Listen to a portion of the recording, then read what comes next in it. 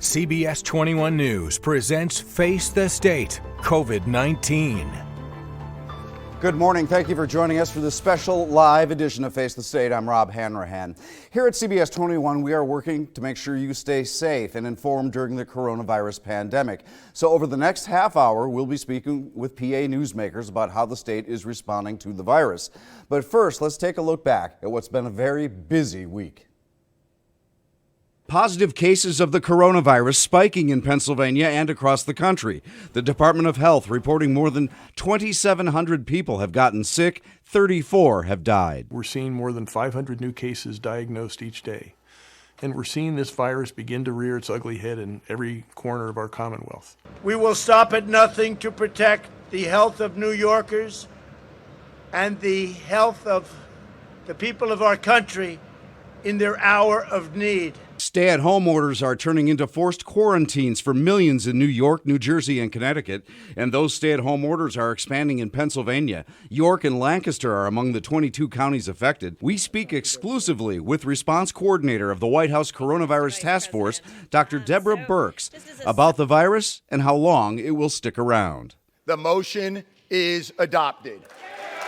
I want to thank Republicans and Democrats for coming together, setting aside their differences, and putting America first. And help is on the way. President Trump signing a massive stimulus package into law. The bill, passing with little opposition in the House and Senate, pumps trillions of dollars into the economy, eventually putting money in your pocket. We don't just talk about our respect for the medical heroes among us.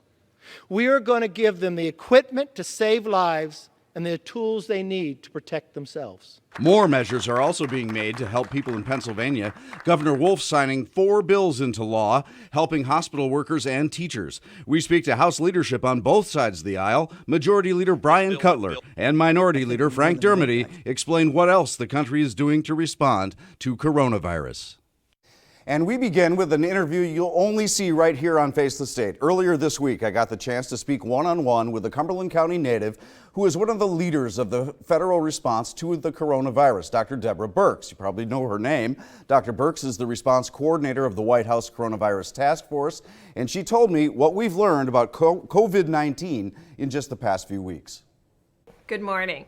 So we've learned a lot about the virus since the beginning of January. We've learned how it's transmitted, and we now know it's transmitted person to person, primarily through a respiratory means. So we put this in the category of a respiratory transmission virus. We also know that it can live on surfaces, and so particularly metal surfaces and hard surfaces. And so we know that those are the 2 primary modes of transmission. I think another piece that we have learned over the last few months and few weeks is how many people are actually asymptomatic or have mild symptoms. And I think that's been very important to really understand the contribution of that to the spread of the virus, because I'm sure many people didn't know they were infected and unintentionally spread it to others. And then we've also learned that the primary risk group to severe infection, significant increases in people over 50, accelerating particularly to those over 80, particularly in individuals who have other medical conditions. And we do know that there are some young people, particularly between 20 and 30, who have gotten seriously ill, and we're tracking those very carefully to see if they also have pre-existing conditions. And so we know a lot about transmission now. We know about the risk group to serious disease. We know a lot about now how the virus has looked and spread in other countries. And we're beginning to see, obviously, resolution and hope coming out of China, coming out of South Korea. And we're beginning to see some improvement in Italy, which also had a very severe epidemic. And so we're looking at all of that data and applying it to different areas in the United States. Now, the United States is a very big country and had different, when the virus came to the United States, different areas of the country are what we call seeded. They were seeded by virus that originally came from China. And so you can see there was some West Coast outbreaks, particularly in Washington State. Then we know there were other areas seeded by both China and Europe, and that's particularly what we see in New York and other areas of the country. So our job, and then what the president has tasked us to do, is to look at each of these clusters and outbreaks individually, because they all started at a different time point. And so what the president is asking for is best advice to look at how the country in specific areas could open, how specific areas need to continue full mitigation, because this will be defined as our way forward on a very granular level. Right now, we've taken a very blunt horizontal approach, and we're looking to really taking a very laser-focused granular approach. This is dependent very highly on data, and so our task is to get that county-level data to the president and ensure that there's adequate and expanded ability to both do surveillance and the critical testing related to hospital patients. What concerns you most about COVID-19? My biggest concern is the people of America not following the presidential guidelines right now. I mean, they were put out now almost 10 days ago. If everyone in the country followed those guidelines, stayed in groups under 10, really protected the elderly and those with pre-existing conditions in their homes, took this seriously, stopped going to bars and congregating, ensuring that everybody is washing their hands and ensuring that they know what their hands have touched, and ensuring that if they touch a surface as well as another person, that they're doing really thorough hand washing. If every American was following those directions, we would see and continue to see dramatic declines in the cases over the next few weeks, because we know from the time that a person gets exposed to the time that they may have symptoms is an average of 5 days. And then the average of that 5 days until the time that you would get seriously ill enough to go to the hospital is another 7 to 10 days. So what I just described is almost 2 weeks. So if everybody follows the presidential guidelines, the country should be in a different place when we reevaluate all of this over the ensuing days. But it requires everybody and everybody in the community following the same things. So what the country is seeing now are infections that are seeing at the hospital and the seeing in the deaths, because the deaths also are delayed by more than a week or two.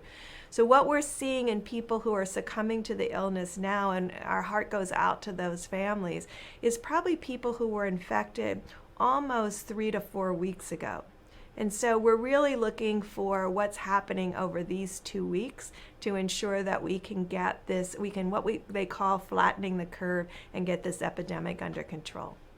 Since you are from PA, what message do you have for your fellow Pennsylvanians? So to all my Pennsylvanians, as I grew up outside of Philadelphia, I went to high school between Lancaster and Carlisle. I know Pennsylvania across very well.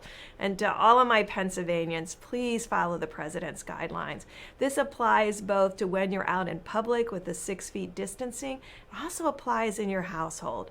For all of you that have multi-generational households, please ensure you're following the guidelines. Even if you feel well yourself, you could bring this virus home to your loved ones. I know you don't want to do that. I know you wouldn't do it on purpose, but you really need to follow the guidelines. Social distancing, hand washing, not gathering in more than 10, and that includes not gathering in more than 10 within your families, to really ensure that everybody is protected and we can stop the spread of this virus.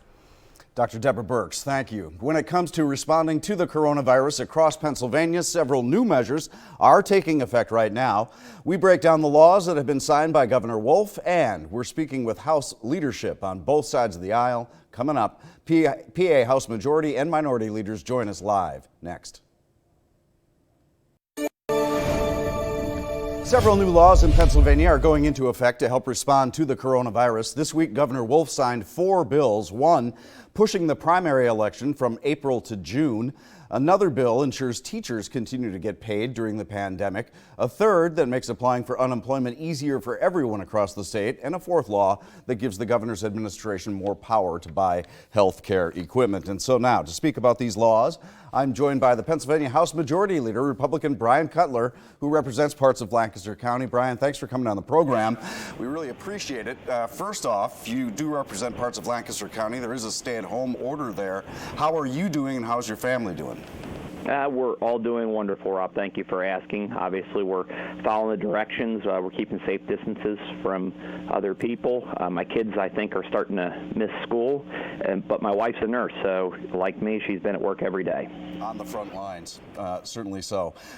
The Wolf administration has now got about $50 million to purchase medical equipment and supplies for hospitals. One of these bills signed. How do you feel about that bill, and how do you think it should be spent? Well, I think it was important to have the resources available. In talking with many of our local hospitals, they'd indicated they had some level of supply prior to this outbreak. However, knowing that there could be potentially a wave of more patients coming, it's important to have reserves so that they can be distributed. This money would allow that to happen. Specific to the actual supplies, I know in talking to our healthcare providers, the need continues to be masks and gowns. And in that world, thankfully, we have many manufacturers here in the state that either have converted or are in the process of converting to make those items as well. So I think that's also showing that the Commonwealth is very strong in terms of its support, not only for the healthcare workers, but also from the manufacturing side where they're actually going to be producing these items. Are you happy with the Wolf administration's response? Well, I think so far, I think you have to step back and recognize what the original, the original order to stay at home or to limit social contact was really based on the realization that there was a potential shortage for hospital supplies. So by having everybody limit contact, wash their hands, follow basic safety protocols, quite frankly, that I've been familiar with for some time, having worked in the healthcare industry. And when you look at all of that, that was meant to buy time so that we could get the manufacturers up online. I think that now we're building a buffer and we'll hopefully be getting some additional supplies. But I do think that the waiver process could have been a little clearer, and I think that we all recognize it takes a lot of time because there are plenty of jobs that are, one, critical but may not be sure if they are, so they're waiting on governmental paperwork, or there are jobs that could be safely carried out consistent with the CDC guidelines, less than 10 people, maintain a safe distance, wash your hands, etc. So I think there's always opportunities for improvement, but we're going to keep working through it and keep working with our legislative partners in the Senate and with the governor to find solutions. Do you personally think it's a good idea to keep the schools closed? Well, one of the important components of our bill involved the ability to educate at home. That was something that we realized many school districts, contractually were obligated to continue paying employees. So we were looking at ways to be innovative and make sure that they still get homework. Much to my own kids' disappointment, our school district, even though we're in a more rural area, they have a program, Schoology, that they've used consistently. So obviously more of that learning switched to the online version, and they continue to have had assignments and they keep working through it. So I recognize the dangers of having large crowds of young people together, but we're going to have to work on a plan to ensure that once we initially contain this, we need to understand that it could pop up from time to time. When you look at past pandemics, that has always happened. So we need to also begin a plan of how do we reintegrate back to some level of being normal, and then how do you handle it if and when a new mini outbreak occurs. So I think that we need to be smart. I think that the online learning resources helps us do that, but I also think we have to prepare for the future. You mentioned your wife is a nurse, and so she's obviously on the front lines of this as well as yourself. We were looking at some video while you were speaking there of teachers who are driving through neighborhoods and waving at kids, at their students, because they haven't had them in class, haven't had that social interaction that we all so desperately need now that we can't do it. What is the level of awareness among the state assembly of the mental toll this is taking on Pennsylvania? Well, I think it's very high. I think everyone recognizes the dangers in isolation, which is, in this case, a health or safety measure. But when you look at the potential to be alone, if you live alone, or limited to just your close family, there are certainly issues there. I think that's why you continue to hear Dr. Levine every time mention about mental health access. I know we personally talk about it and post about it in terms of help numbers and things like that. But I think the parades were great. It's a good reminder to the kids that the teachers haven't forgotten about them. Ironically enough, just yesterday, my wife shared a post from the gym that we both go to, where the gym owner did the same thing and showed up and then would flash a sign, give me 20 jumping jacks or whatever. So it's a good reminder, quite frankly, of all the friends that we're not interacting with quite as much right now.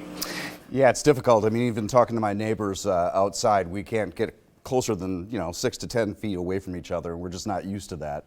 Representative Bryan Cutler, thank you so much for getting up this morning, joining us on the program. We really appreciate it. And my best to you and your family. Thank you, Rob. All right. Stay safe. Yes, you too. Stay healthy. Our conversation with how the state is handling and responding to the coronavirus pandemic continues. Coming up, I'll talk with a House leader on the other side of the aisle, Democratic Minority Leader Frank Dermody joins us coming up next.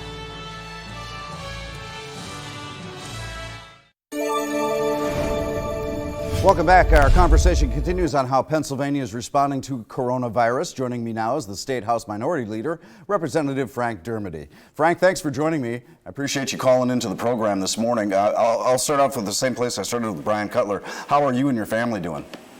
We're doing fine, thank you, Rob. Everything's going well. Our children are in Chicago and Boston, and they're doing okay too. That's good to hear. Some important legislation signed by the governor on Friday. Of the 4 bills that we've been discussing, moving the primary date is something I did not get to with Bryan Cutler, but how do you feel about having to move our primary date back?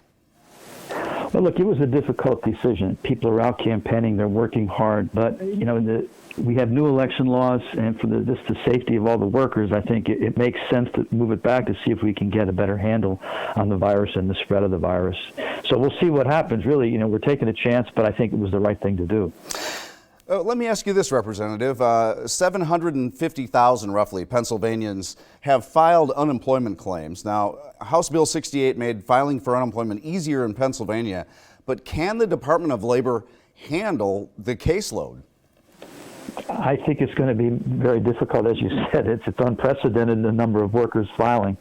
And if we have to hire some folks to get those processed, we'll have to do that. We're going to have to take a look at that, and that may be some of the issues we're going to have to address in the next few weeks.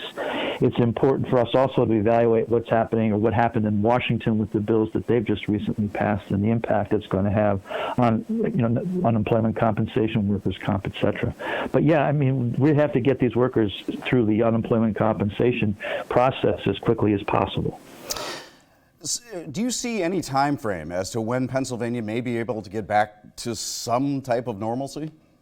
It's a tough question. We've asked Dr. Levine that, conversations with the governor and the Department of Health. They're looking at weeks right now, and they don't know for sure either. I mean, we have to take the steps we're taking to make sure the mitigation steps that we're doing, and it looks like in many cases with cities across the country where they've implemented it, it's beginning to work. But some of the experts say it could be another 5-6 weeks before we start seeing some results.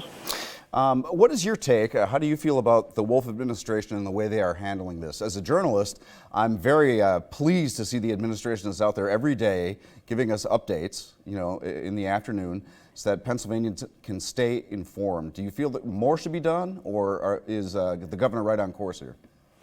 I think the governor's right on course. I think the secretary and the governor have just done a great job keeping us, the legislative leaders and the members of the legislature, up to date on what's happening throughout the Commonwealth. And they've taken steps that they can take without legislation to help get us through this crisis, with food distribution, with trying to helping retired healthcare workers get back online if they can help with the healthcare crisis, with telemedicine. I mean, you name it, they've been there to help us with unemployment comp and workers' comp. And he's kept, I think, the people of the Commonwealth informed, and he's kept us informed. And they're just doing a great job. And we're going to continue to work with him, the administration, and work with Bryan Cutler. I mean, I'd like to thank Bryan for what happened last week. We implemented a remote voting system, and we got 4 very important bills passed. And I think it's a good example of bipartisan cooperation, and working together helps. We've got stay-at-home orders in about 20 or more counties here in Pennsylvania. Representative Dermody, do you feel that maybe at some point the whole state should just shut down? Well, yeah, I mean, in that regard, yes. I think you're going to find we'll have cases in every county. And if it's going to help, I'll rely on the experts for that. I'm no public health expert, but we have some very good ones helping us, working us, including the Secretary of the Department of Health. But I think we're getting there. That is having the whole state shut down. Do you have any idea where the administration is headed with this $50 million in medical expenses that is now freed up for the governor to use? Will that be used for PPE, things like that, for the healthcare workers? I am not totally sure either. I believe that we're working with, and the administration is, I know, working with the Hospital Association, and that $50 million will be targeted to areas where they need it the most. And I think we'll wait to see, and it may vary from from county to county and regions of the state. So there's some flexibility in there that we're going to need to make sure we can address the needs as they come up. This certainly led people across the country to start relying on their governors and their state leaders and lawmakers in this time of this coronavirus pandemic that's going on right now. Are you feeling that when you're in Harrisburg, or when you're having your phone meetings and things like that? Is there more bipartisanship in the approach to this? There is, and I think you can see that by what we were able to do last week with the House and the Senate, both Democrats and Republicans, and the administration working together.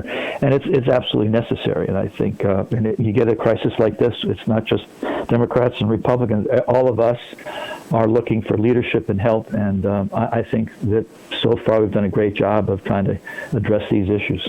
Yeah, as they say, the virus is not a Democrat or Republican. It has no party. I want to wish you the best. I hope you and your family stay safe. And just one final question. What is your biggest concern moving forward over the next couple of weeks with coronavirus in Pennsylvania? Well, we want to obviously mitigate it. We want to reduce the number of new cases, but then we have to just be flexible enough to work with issues as they come up. And I believe working with the Republicans, working with Bryan Cutler, we're going to be able to address the issues that we need to address, and we have to be flexible enough because this changes daily, and what we need to do to address it will change accordingly.